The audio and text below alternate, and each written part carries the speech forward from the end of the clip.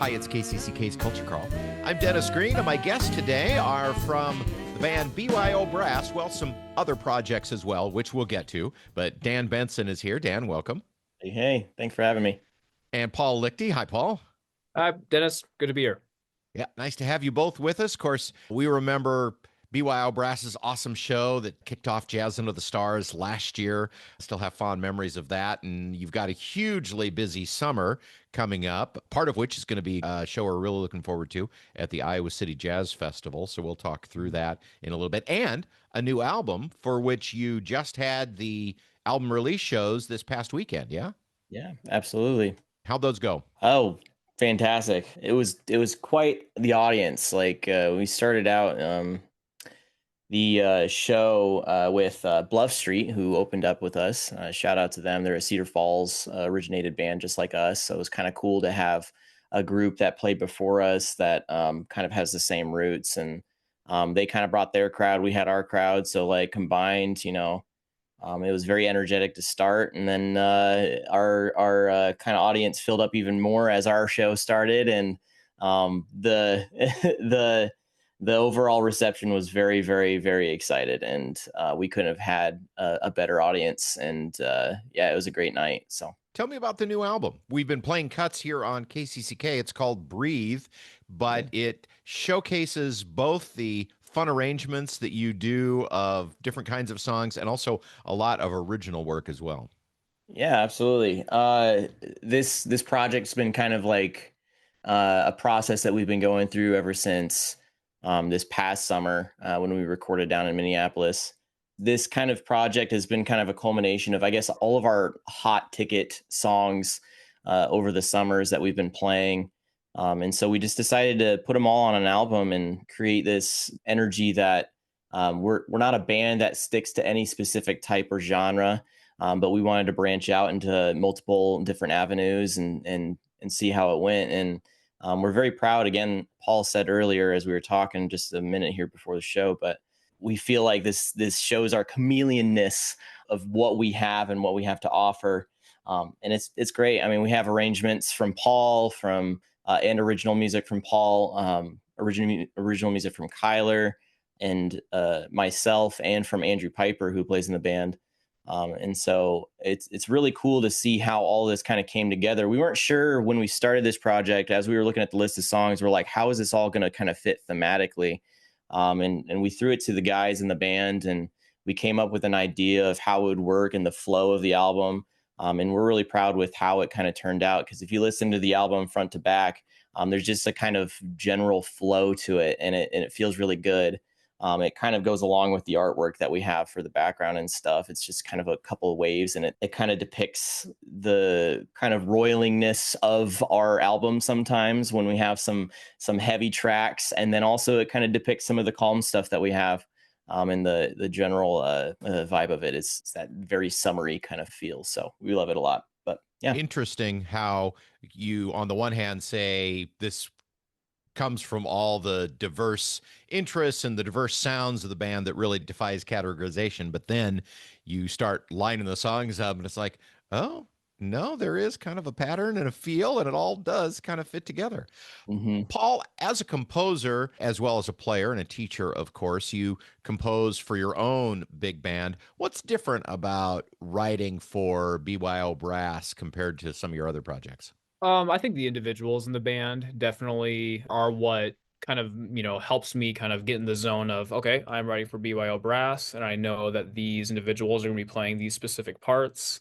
And definitely the biggest difference, because for example, if I know that Kyler Boss is playing a drum part, I know all the information that he needs to make the chart sound like BYO Brass, and I like to try to give Dan on sousaphone plenty of space for him to add his flair and everything like that.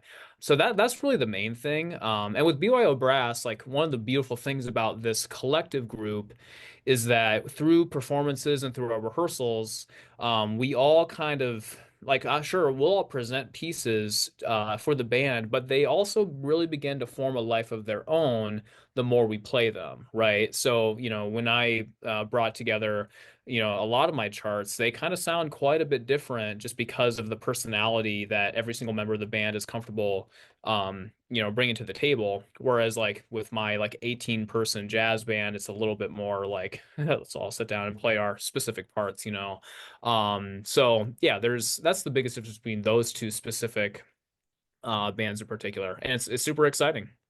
And when you're composing for your big band, it's usually the same players on a in and out basis, but I'm sure occasionally not only would you have subs, but you also want to make those charts playable by other ensembles too. So it's generic is probably the wrong word, just not personalized to a particular group of musicians, I guess. Yeah, try to make those charts like readable by the most amount of people as possible, especially on such short notice, because again, we don't get to rehearse very often due to the nature of the group. Well, that was going to be my next question because you're central Iowa based, but your band members really are from all around the state. Rehearsal time has to be pretty limited. With BYO Brass specifically, it's starting to get even more spread out. Because I know Gerardo Gomez, our lead alto player, he's getting his master's degree in Colorado right now, and is back for the summer. Dan Meyer, our lead trumpet player and our front man, just recently moved to Minneapolis. So the band's long distance relationship is getting kind of wider. But what's really cool about that, though, is that the fact that one, all these players from all across the state and now all across the Midwest are willing to make the drive over and make these gigs happen, and makes it even more special when it does. And it's a real big testament to the group too, that even though we are all kind of more spread out now, we also want to make this part of our professional and musical lives, which is really, really incredible. You have a busy performance schedule all over the Midwest. I mentioned the Iowa City Jazz Festival coming up in July. Too many to list right now, and we'll direct people to the website for the full schedule. But what are some of the highlights you guys are particularly looking forward to? I can speak on that a little bit.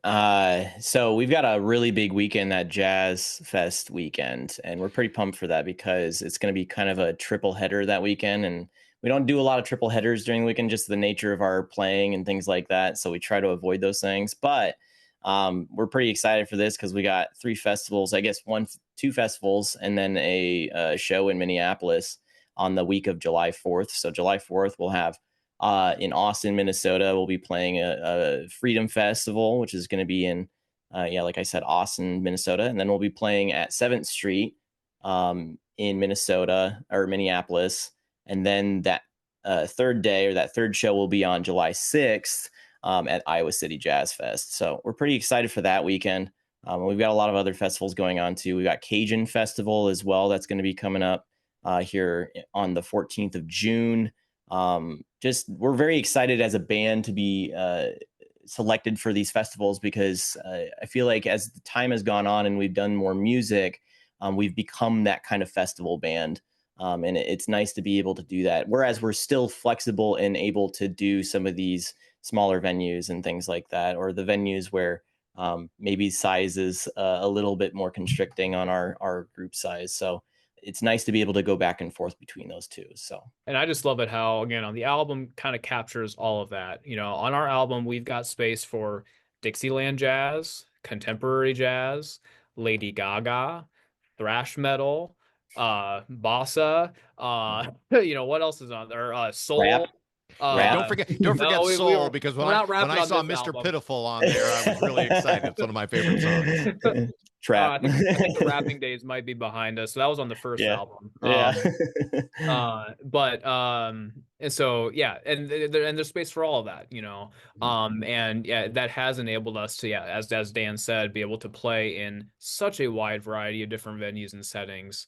And then, that kind of harkens back to our UNI days too, of like all of our applied professors at UNI really promoted having the musicians participate in a wide variety of ensembles. Like when in Dr. Williams' trombone studio, he had every member always participate in a concert band and a jazz band, right? And that was one of the things that one of the things that really made the University of Northern Iowa's music program so unique was just the versatility of the players that came out of that program. And I like to think that we are kind of somewhat of a reflection of that. today musicians have to be versatile. I mean, trying to specialize in one particular area is almost a guarantee of having a tough row to hoe. So I think that you all are a perfect example of that. BYO Brass on the road a lot this summer. You can find the full schedule at your website and your social media. Dan, what's the best way to keep up with the band? Yeah, if you go to byobrass.com, you can find all of our information. Plus, you can also sign up for a newsletter that we go and send out to our loyal fans. We also have some links on Instagram and links on Facebook. So we're all over on all social medias. Just type in BYO Brass in Google and you'll find us. And Paul, I know that you also have some fun times scheduled for your own. Paul Lichty Jazz Orchestra has some pretty big, high-profile gigs this summer, too, that somehow you are managed to squeeze in between all the BYO gigs. Sleep is overrated, Dennis. We don't really need it, right? Yeah, just ask Dan. Yeah, he's the his baby. father.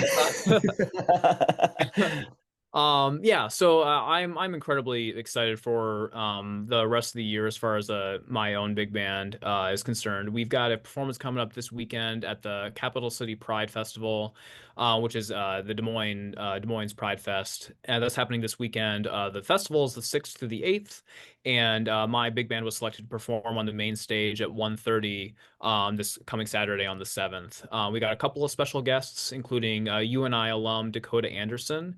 He's a wonderful jazz vocalist, composer, and a pretty good trumpet player as well. And he, after we went to UNI, he went down to North Texas to get his master's degree in jazz, in vocal jazz, and now he lives up in the Twin Cities, gigging up there all the time. And he's going to be coming down and singing with the band, and we're going to be playing one of his charts. And then we are also going to be featuring Demita Sanchez, who is a kind of a Midwest drag artist icon, one of the busiest and most prolific drag queens in the Midwest. I got the great pleasure to be able to help produce and arrange a new show at Noche to feature Demita that premiered back in the beginning of May. And because Demita is also just a fantastic singer and a great all-around entertainer, and this new cabaret has been a really fun new project to be a part of as well. So Demita, who is also headlining at Pride this year for the third time, will be singing a few songs with the band as well from that show. So yeah, that's coming up this week on Saturday, and then I'll be doing another collaboration show with the band Wave Cage here at the beginning of August. That show's not quite on sale yet, but there'll be more information coming about that here soon. But that's gonna be on August 3rd at the James Theater in Iowa City. I'm super stoked for that because it's the first time PLJO has made its way over to that side of the state. They wanted to a long time, and this will be a really, really cool collaboration. We did this exact show back in January at Noche, and it was really, really fantastic. Wave Cage's music is beautiful and it's amazing, and it was very fun to arrange, and I'm just happy they let me kind of toy with it for a bit. So I'm excited to do it again.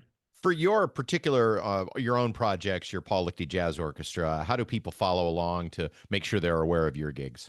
Sure. My website, paulichtymusic.com. I keep my gig calendar pretty up to date with that. And then my social media, Instagram, Paul Lichty Music. I have a Facebook page, Paul Lichty Music as well. I tried my best to keep that as up to date as possible. BYO Brass performing all around the Midwest all summer long, highlighted for us locally, of course, by the Iowa City Jazz Festival performance, where you'll close out the fest, in fact, on July 6th. But if you're in Minneapolis or Austin or Des Moines or all over, you can see BYO Brass as well, and Paul Lichty and his jazz orchestra making some appearances as well. Again, byobrass.com, paulichtymusic.com, and the usual social channels. Gentlemen, we'll try and get some sleep at some point, and look forward to hearing you this summer. Awesome. Thanks, Dennis. Thank you, Dennis. You can hear the Culture Crawl live on the radio most weekdays at 10:30, on demand at kcck.org/culture, or subscribe using your favorite podcast player. Watch our videos on the KCCK Facebook and YouTube channels. Our producer is Lydia Kilgore. The Culture Crawl theme is composed by Vivian Shanley. I'm Dennis Green, and I'll talk to you later.